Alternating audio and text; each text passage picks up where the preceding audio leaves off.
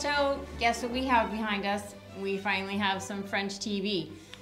It doesn't matter where you move, but when you move, it's really important to kind of get to know the culture and buy into the culture. And sometimes the best way to do that is actually watching TV.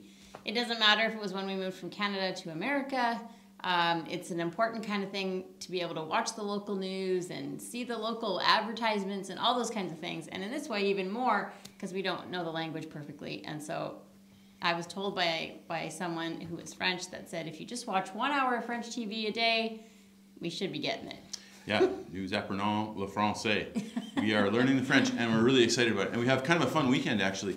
Normally, we just spent all our time working and on the house. But this weekend, we have some social stuff. Really excited about tonight. We do. So there's a fair kind of event coming up in our little village called a comice. And they have asked us to do a little... to host a walk. They're going to walk. They're doing a hike, and they're going to come on our property, and we're really excited. And to say thank you for letting us come on the property, which is not really a huge gift. We're quite happy to say yes. They've invited us to a bit of a party tonight. They have. So we were interested as they talked about different things in our village, and one was a special kind of French tradition called... Yeah, it's a local game, and I don't think we know Boule? the name yet. I'm not sure. We have to do some research. It's basically balls, and it's kind of like curling for the Canadians, but it's like kind of a kind of like lawn bowling, concrete curved kind of thing, and you throw the balls, and it's like a local game. And there's a couple of I don't know if you call them arenas. There's a couple of courts.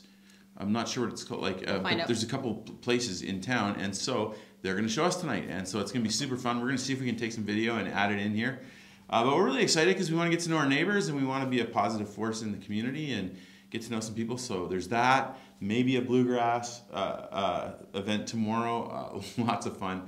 And also we did some work. So this video is going to be chunks. Enjoy it. This is season 2, episode 13. Enjoy. All right, so good morning, everybody. Now here we have started out on our morning job, and Mr. Bubs was barking like nuts, and he saw something out by the terrace. What was it, Bubs? So now that we're here, he feels like he can go away. And I'm like, oh, it's just a rope. It's just a rope. And then I'm like, no, I don't think it is just a rope. What is that? And we're looking at it, and we're like, oh, you know what I think that is? I think that's a snake skin. So he had good reason to be. We did actually see a couple snakes. We, you know, we hadn't seen them until this year, but now recently we've seen a couple. Okay, but the morning job is not that. We have a beautiful terrace. We have a very interesting day today, a couple interesting jobs. And so this week's video is going to be shot partly live, and we'll show you some things. Now, don't you love, I love the back terrace. The front one's beautiful. I think the back one's even more beautiful. Now the house itself, you know, is wonderful on the back. And I know I've said this before, but it's so amazing how the French have a different front facade than a back facade. And so here we are looking at it. Unfortunately, we've been a little bit concerned about the terrace lately, and I will show you why. Let's see if we can go down here. We knew that there were some structural issues, and I think in a previous video I showed you some of this steel. Now this house, this is great. It's almost like a little garage. You know, you can go back in here underneath the back terrace. And at one point, of course, there'd be people living in there. Hi, that's me on the camera. So there are steel beams. Again, this is right at the start of steel construction when they built this house. And so they actually have steel beams under the terrace, but some of them, particularly that one, is not in good shape. And I was a little bit worried about it, but the terrace seemed to be holding steady. No problems. You know, even that one, this one's still good, but not great. This one, of course, may be the worst. But then I noticed this past month that there does seem to be a bit of a crack. Now, how long that crack has been there, I don't know if you can tell from here, but it is definitely dipping down a little bit. At least maybe an inch. And so I'm thinking, shoot, is that sagging? And it looks like maybe it was repaired once, but perhaps it's come down, and so it is very much time to support the back terrace. Now, all of these don't need to be changed. And again, kind of cool. It looks like at one point someone had come in and fixed some of it, because you have a fairly newly constructed concrete arch. And under here too, all the roof has enjoyed some nice new concrete. So it's been supported over on this side, which is, by the way, the well side. That is one of the original wells. Now, not the very original well, because the well apparently goes back to Roman times. There was a puits, a well on this facility, and not this one, but connected to this. And the latest iteration is right here. And we do have a pump down there, though we've never used it. Mr. Menude says it has some issues. But if we ever want to get those pools in the back going, you know, this would make great sense to get this thing going again. The water shoots into the basement from there. But yeah, this side has been supported. The middle is perhaps in jeopardy a little bit, and this side over here has also been supported. You can see the nice arch. They've done some good work there. Good concrete. You can perhaps see up here as well. Lots of good concrete. So they've done the two sides. Now the middle is what's in jeopardy. So they got a couple of these poles, you know, underneath holding up, bracing a little bit. But I decided to go out and buy a few pieces of wood and some of these great poles. So the first thing this morning, okay, Bubs. First thing this morning will be to put in three braces across, and that should be fun. Okay, so I don't need to be super precise here, because we're gonna try to leave an inch. We're not gonna, the way it lines up against the edge, we don't really want it to rub. So we'll cut this at 2.4 meters, and it'll be, I'll give a little bit of give or take.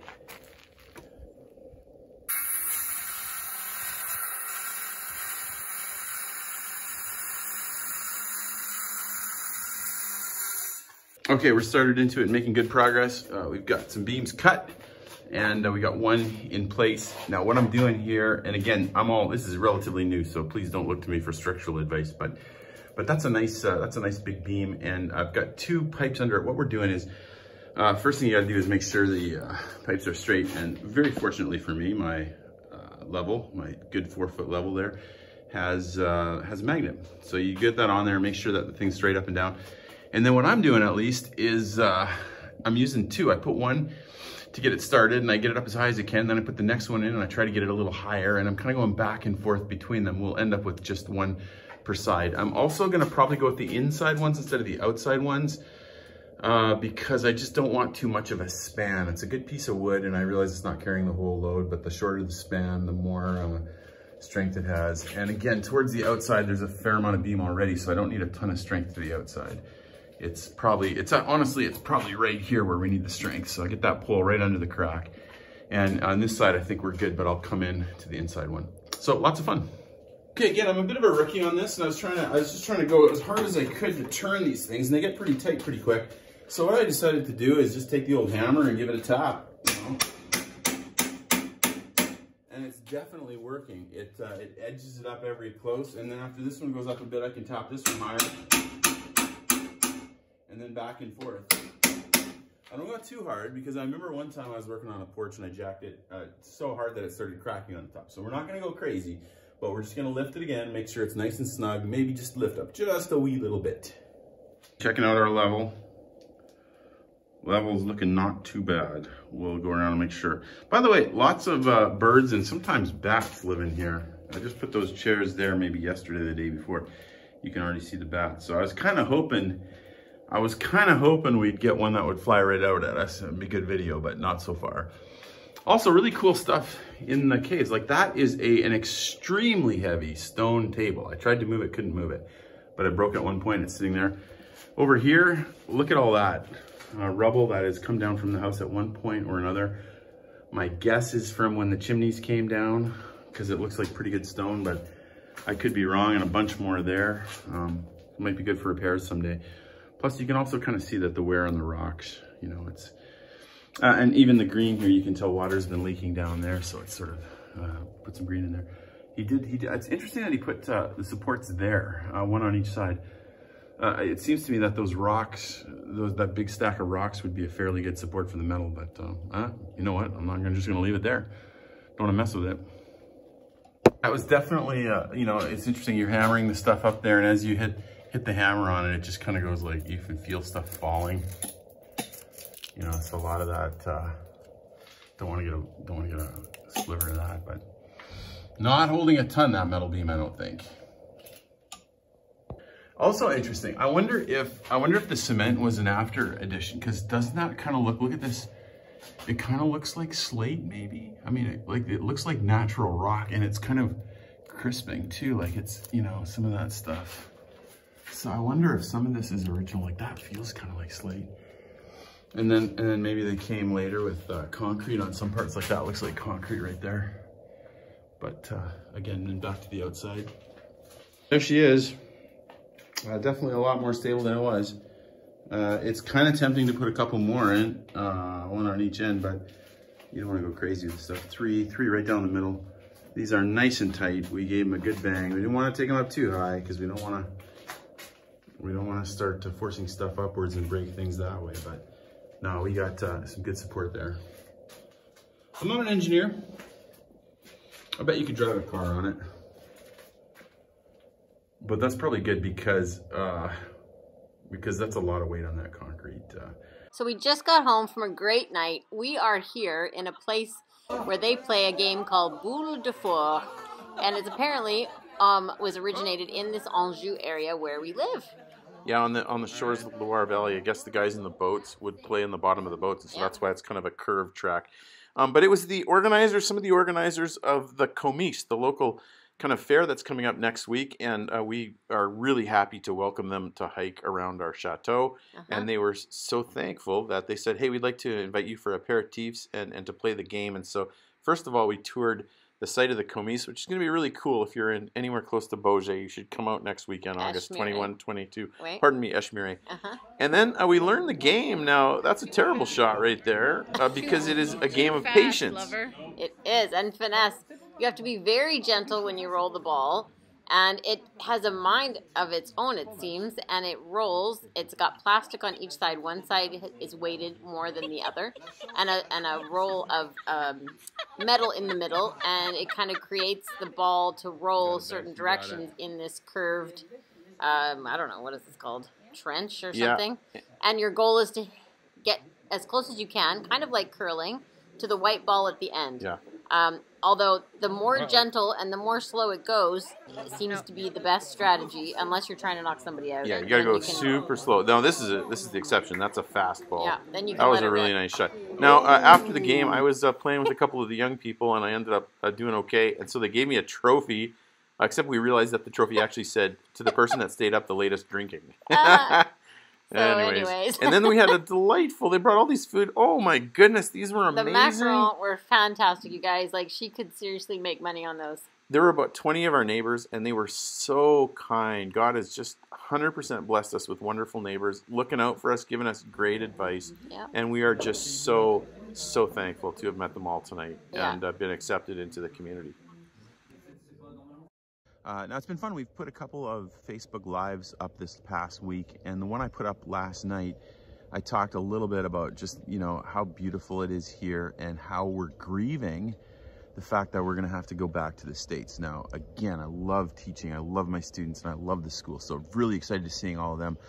But this place is so beautiful, guys. And like when the weather's nice and you just have that air wafting through the main floor, it is just extremely pleasant, even with all the work it takes. Very, very nice.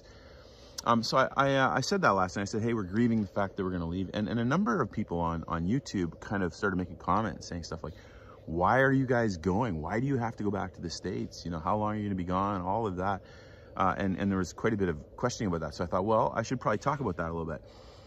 So again, there was a time when big, beautiful chateaux like this one were owned by extremely rich people. You know, a lot of it before the French Revolution, when you could, you know, own a lot of land as a rich person and the taxes were favorable, and you maybe even had you know, elements of control over people, maybe unhealthy elements. I mean, it kind of seems unhealthy. And so very extremely rich people would live here, and they would have 20 or 30 servants, and all the people in the area would be on their land giving them money. And so they could just basically, you know, eat bonbons and maintain a pretty comfortable lifestyle in these beautiful houses. But I think the days of rich people owning these chateaux are over. You know, one time we were putting in all this work on the kitchen, and I was saying to Leslie, boy, I don't know if our idea doesn't work, who's going to want a big commercial kitchen in the basement like this? And Leslie said, there will never be a family that will own this and use it as a family home again. It's just, those days are done. Rich people don't want to be out here kind of in the middle of, you know, the countryside, away from their business. And then, of course, the tax laws in France, I think, are pretty hard on you know, those that are wealthy. If you have, I think, more than $1 million something, there's a, you know, a wealth tax, 1% or even more, that people would pay every year. So, you know, Jeff Bezos or Elon Musk are not going to probably move to France. And again, houses like this are, you know, there's a tremendous amount of upkeep that's needed, and either you have to be rich enough to pay trade guys all the time, or you have to be willing to work really hard yourself, or find some friends that will help you. And so I think probably a lot of rich folks that have done well in life don't want to be like waking up at 2 in the morning, moving buckets around, catching water, and they don't want to be on their back. You know, they've already found something they're really good at and make money at, so it doesn't make sense for them to be here. So I think what you find in France nowadays is folks that are owning these chateaus are either just lovers of old buildings, or they have you know, an entrepreneurial kind of idea. In our case, it's a non-profit. And we're doing a study abroad for students, as you know.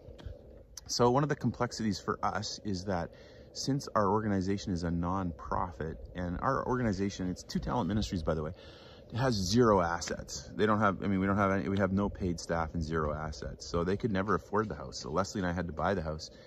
That means, though, unfortunately, that we can't use funds that come in from tuition and other things. We can't use that for the house, because that would be a conflict of interest. So we have to find our own money to fix the house up. And we're not actually extremely wealthy. This will be a surprise. It's been funny to watch the comments. Like, some people are kind of like, oh, you know, rich guys, or oh, you freeloading, you know, kind of people. And I'm kind of like, yeah, I don't think you know us. Like, our income tax, we're always in the lowest bracket. We do have a couple shekels that we were able to save just by working hard on selling our houses and working hard on the houses, and the market went up, and then we inherited a little bit of money, but our income really is not that high. So, I mean, we have a plan, and our plan's working. It's working well, actually, but we're not independently wealthy. We can't just throw money at problems endlessly. We have to continue to work. And so our plan initially was to be something called tent makers. That's like a Christian term for folks that go out and they're on a project or a mission, and they basically fund their own way by working. And so I'm still a university professor teacher, and my school has been extremely good to me. You know, I'm going to teach real hard in the fall semester, and then I'll teach a bit in the spring too. And so I keep my full-time load, but they've been very good at letting us be out in France much of the year, maybe even most of the year. So we do go back and forth, and we have to, and honestly, it's not the end of the world. We still have our kids in the States, and even though this place calls to us, and who knows down the road where we'll end up being, but this is a beautiful place. But to afford it and to pay for the upgrades, we just need to keep working and keep our jobs. So that's what's going on with that. Lots of you have also asked about the safety and security of the chateau. I understand that everybody's pretty nervous, and I understand why you'd be nervous. I'm nervous too.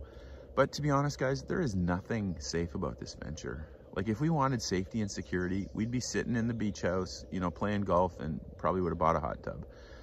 You know, that would be our life. There's nothing safe about this. We're doing this because we want to make the world a better place. And the risk is that one of these chimneys falls over, and that could happen at any time, whether we're here or not, and falls through the house, and we're stuck with like $100,000 or $200,000 of problems. Now, that could happen. And if that happens, we're probably just out that money. That's the risk you take. You don't do this to get rich or famous. And I don't want to sound defensive about the YouTube comment. There was one guy who was like, hey, you guys are freeloaders. And I'm like, I think if you watch us walk around for a couple of weeks, I think you'd realize that is not the case. No, this takes a lot of hard work, and it's not safe. We have taken good precautions. Some of you are asking, when are you going to be there? When are you going to be there? We'll always be a little bit cryptic about where we are. Just a smart security move. You don't want to be like always advertising stuff. We are here for a while. We're not ready to go yet, but it's close enough that we're starting to grieve. And we have a really good plan in place. We have very good security cameras. We have kind of 3 things. We have security cameras. We have 4 things: a lot of locks and a lot of gates. We also have some lovely neighbors that are going to come in and check on a regular basis. And then we've had folks we've talked to about coming and staying here for a while. So between all of those things, we think the chateau will be secure. But it's even more secure than you realize, because really we don't have a ton of stuff of value in the chateau. Remember, we're kind of, I used the phrase earlier, furniture poor. You know, all of the money is in the stone and in the land and in the trees. No one is going to come in here with a big truck and try to take this thing down stone by stone. It wouldn't make sense. That's where the value is. You can't take the land, the trees, you couldn't really take those.